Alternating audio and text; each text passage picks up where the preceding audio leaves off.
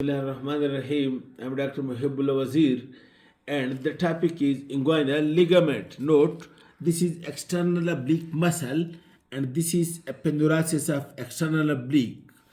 And this epineurasis of external oblique, it comes downward and then gets attached over here to the anterior superior iliac spine, and medially it is attached to the pubic tubercle, not to the pubic symphysis. In this way, the epineurasis of external oblique attached laterally to the anterior superior iliac spine and medially to the pubic tubercle, this is being called as inguinal ligament.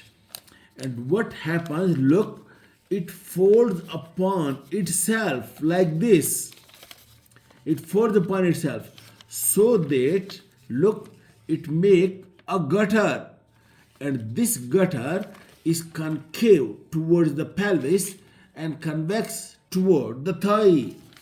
And over here to this outer surface of this inguinal ligament is attached the fascia lata of the thigh, and from the inner surface, lateral part of the inner surface, over here originate the internal oblique and transversus abdominis muscle as well. Note, the inguinal ligament is also called as Pauper's ligament, or it is also called as fallopian ligament. It is also called as groin ligament. And note, just superolateral, this is pubic tubercle, just superolateral to the pubic tubercle, there is a V-shaped gap or opening in the epineurasis of external oblique, and this V-shaped gap or opening into the epineurasis of external oblique, that is called as superficial inguinal ring. And coming out through this ring is the spermatic cord and ilioinguinal nerve, or the round ligament of the uterus and ilioinguinal nerve in case of female. When in case of male, the spermatic cord and ilioinguinal nerve, it comes out through this superficial inguinal ring. And medial attached, over here is to the pubic tubercle, and these two margins of the superficial inguinal ring, these are being called as medial and lateral crus or crura of the superficial inguinal ring. And the two crura are being united with one another by transverse fibers. Look, by transverse fibers, look over here please. Look, this is one crus and this is another crus. These are connected with one another by transverse fibers, which are called as intercrural fibers, and which prevents the splitting of the two crura from one another, these intercrural fibers. Okay, and then you note that from the medial margin of the inguinal ligament, fibers passes posteriorly towards the pectineal line of the pubic bone. Over here is the pubic bone. Toward the pectineal line of the pubic bone, fibers passes posteriorly in a triangular manner. Look, this is the inguinal ligament, and this fiber from the medial end, it passes posteriorly to this pectineal line, and this triangular shaped extension from the medial end of the inguinal ligament and attached posteriorly to the pectineal line of the pubic bone, this is being called as the lacunar ligament, or also called as Gambernat ligament. Lacunar ligament are also called as Gambernat ligament.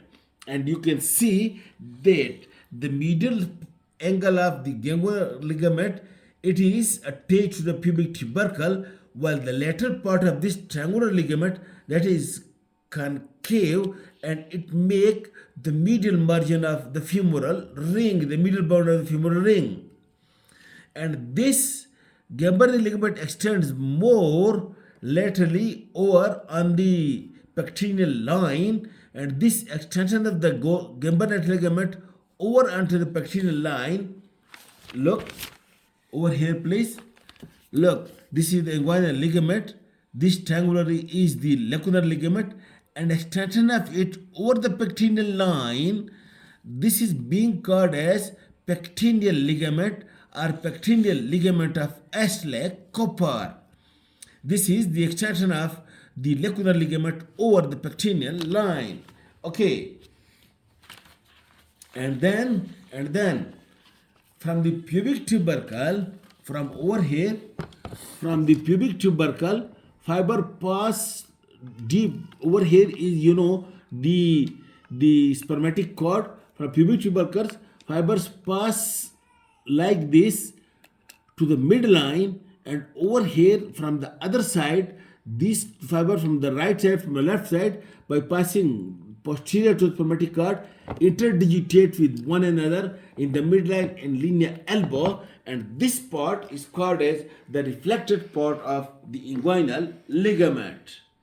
Okay, now look over here, please. This is the inguinal ligament, and passing deep to it is, you can see this iliacus muscle, this was major, the pectineus, and the femoral artery and femoral vein, and also the femoral nerve. This one you can see over here. The femoral artery and femoral vein, it passes at the mid-inguinal point. Note, mid-inguinal point is the point between the pubic symphysis and the anterior superior iliac spine. This is the mid-inguinal part.